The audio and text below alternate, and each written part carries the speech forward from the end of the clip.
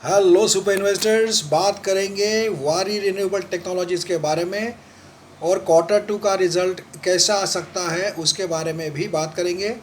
मैंने आपको बताया था मैं संडे को पोस्ट करूंगा वीडियो। एक्चुअली आज पोस्ट करना पॉसिबल नहीं था। सिस्टर्स आई हुई है क्योंकि मेरे बड़े भाई जो है उनका जो बर्थडे था वो मनाया गया, तो जिसके कारण घर में बहुत ज़्यादा मेहमान हैं 2-3 दिन से, और सिस्टर्स लोग भी है, तो इसीलिए बनाना पॉसिबल नहीं था।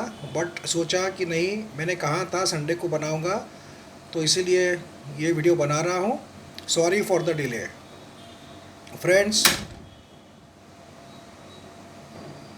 ब्राइटकॉम ग्रुप में लगातार अपर सर्किट का सिलसिला चल रहा है। फ्राइडे को भी खुलते बराबर ही अपर सर्किट लगा और अभी शेयर 1589 रुपीज़ पर, मतलब 1590 रुपीज़ पर पहुंच चुका है।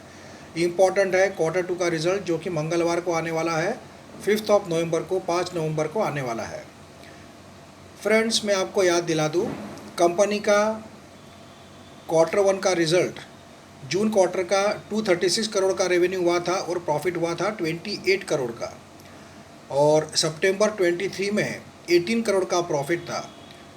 शेयर में अच्छी तेज़ी देखना है तो 35 करोड़ से 50 करोड़ के बीच में प्रॉफिट आना काफ़ी ज़रूरी है, तो ही शेयर में जो इतना गिरावट हुई है फटाफट रिकवरी होते हुए देखने को मिलेगी।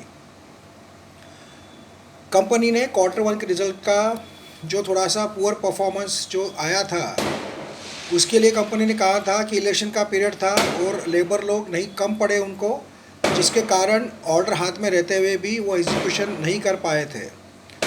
तो अब क्वार्टर 2 में कोई ऐसा प्रॉब्लम नहीं था, तो बट एक बात ज़रूर है कि बारिश का सीज़न था और आप जानते हैं कि सोलार के ईपीसी के जो प्रोजेक्ट्स होते हैं वो बारिश ओपन में ही होते हैं सब, तो बड़े बड़े ज़मीनों पर होते हैं, लैंड पे होते हैं। तो बारिश के कारण अगर कोई बड़ा प्रॉब्लम नहीं आया होगा, ये समझकर मैं प्रिडिक्शन दे रहा हूँ, क्योंकि कंपनी के प्रोजेक्ट्स कौन कौन से एरिया में चल रहे हैं और वहाँ पे बारिश का माहौल कितना था ये तो हम जज नहीं कर पाएंगे। बट एक बारिश का मेजर प्रॉब्लम नहीं होगा ऐसा अज्यूम करके ये प्रिडिक्शन मैंने कुछ स्टडी करके बनाया है। फ्रेंड्स, कंपनी के पास 2200 मेगावाट के ऑर्डर पेंडिंग थी मार्च एंड में। उसमें से कंपनी ने 210 मेगावाट के आसपास क्वार्टर 1 में एग्जीक्यूट की थी, ऐसा कंपनी ने बताया था क्वार्टर 1 रिजल्ट के बाद। कंपनी के पास अभी भी 2000 मेगावाट के आसपास के ऑर्डर पेंडिंग है 3 क्वार्टर में, जो कि कंपनी कंप्लीट करने वाली है, ऐसा कंपनी ने कहा था।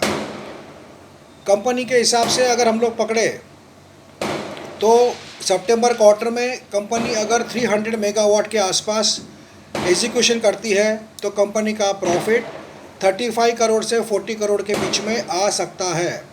और कंपनी ने अगर 400 मेगावाट के आसपास का ऑर्डर एग्जीक्यूट किया होगा सितंबर क्वार्टर में, तो 45 करोड़ से 50 करोड़ के बीच में प्रॉफिट आ सकता है, क्योंकि जून क्वार्टर में कंपनी का 210 करोड़ के आसपास का ऑर्डर एग्जीक्यूशन हुआ था। तब कंपनी का रेवेन्यू हुआ था 236 करोड़ और प्रॉफिट हुआ था 28 करोड़। कंपनी ने ये भी बताया था कि हमारा मार्जिन जो है EBITDA 15% के आसपास रहेगा, कांस्टेंट रहेगा, उसके आसपास रहेगा, 15 से 20% के बीच में रहेगा, तो हम 15% भी पकड़ते हैं तो 300 मेगावाट का अगर ऑर्डर एग्जीक्यूशन होता है तो 35 करोड़ से 40 करोड़ के बीच में प्रॉफिट आना चाहिए। और 400 मेगावाट के आसपास कंपनी ने एग्जीक्यूट किया होगा तो 45 करोड़ से 50 करोड़ के बीच में प्रॉफिट आना चाहिए। और अगर कंपनी ने उससे ज़्यादा किया होगा 500 मेगावाट के आसपास, फिर तो धमाकेदार रिजल्ट आएंगे, 50 करोड़ से 60 करोड़ के बीच में भी प्रॉफिट आ सकते हैं। मार्केट क्या चाहता है, year on year and quarter on quarter दोनों भी प्रॉफिट और रेवेन्यू बढ़कर आना चाहिए। जून क्वार्टर में ईयर ऑन ईयर तो प्रॉफिट बढ़कर और रेवेन्यू बढ़कर आया था, but quarter on quarter weak आया था, जिसके कारण शेयर में हमें भारी गिरावट देखने को मिली।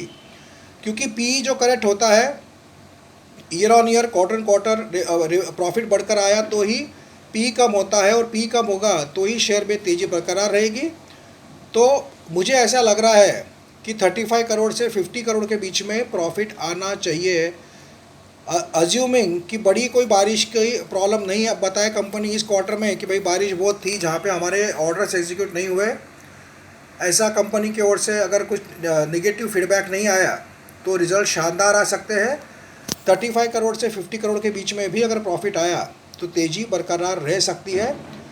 देखते हैं कैसे आते हैं रिज़ल्ट। लगता तो है कि रिज़ल्ट अच्छे ही आएंगे, और जिन लोगों को डर लग रहा होगा कि रिज़ल्ट अच्छे नहीं आएंगे वो 5 तारीख को इसमें से निकल सकते हैं, अगर डर लग रहा होगा तो। बट जिन लोगों को कॉन्फिडेंस होगा वो बने रह सकते हैं वारी रिन्यूएबल्स में। मंडे को तो लग रहा है कि फिर से अपर सर्किट लगेगा स्ट्रॉन्ग।